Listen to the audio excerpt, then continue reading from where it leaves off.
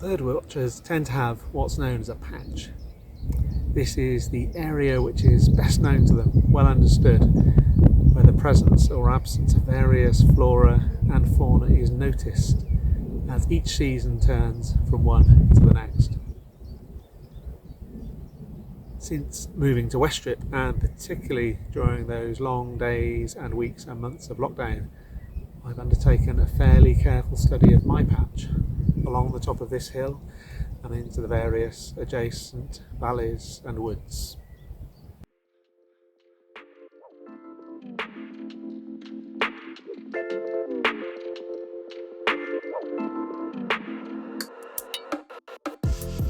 One of the things I've been most struck by is the presence of birds on one bit of land and their absence somewhere nearby, and what appears superficially similar. It was when I was noting the annual passing of the stunning northern wheatear that uses Ruscombe as a stopover on its annual journey from who knows where to Africa that I realised what was happening.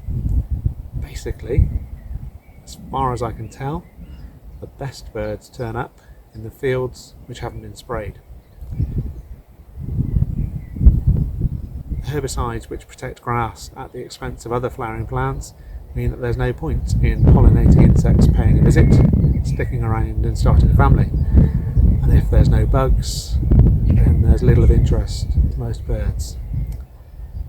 That's why on one field, like this one, I can see swallows swooping low across the buttercups, hawking flies, and a short distance away, the same species is nowhere to be seen.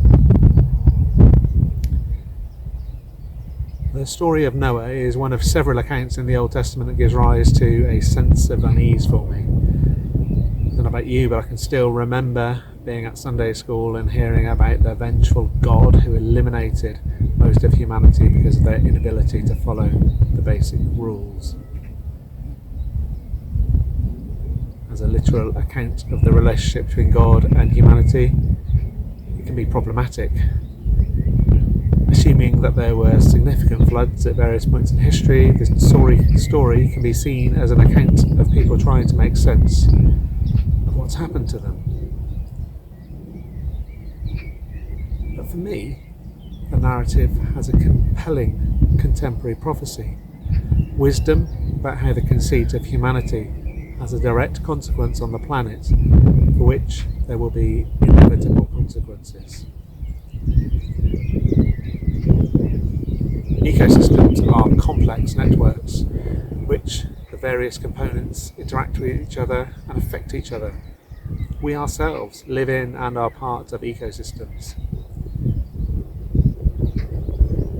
Successful systems operate in balance, and it is when one part is removed in favour of another that problems start to emerge. When we intervene to promote solely our own interests, the balance goes, and in spite of the short-term benefits that we enjoy, the longer-term consequences will come to pass, whether that's a flood or a failure of food supply. The Christian story is a story of hope and recovery, the story of one definitive resurrection that gives rise to 1 billion other resurrections, resurrections which restore balance and equity, justice and sustainability.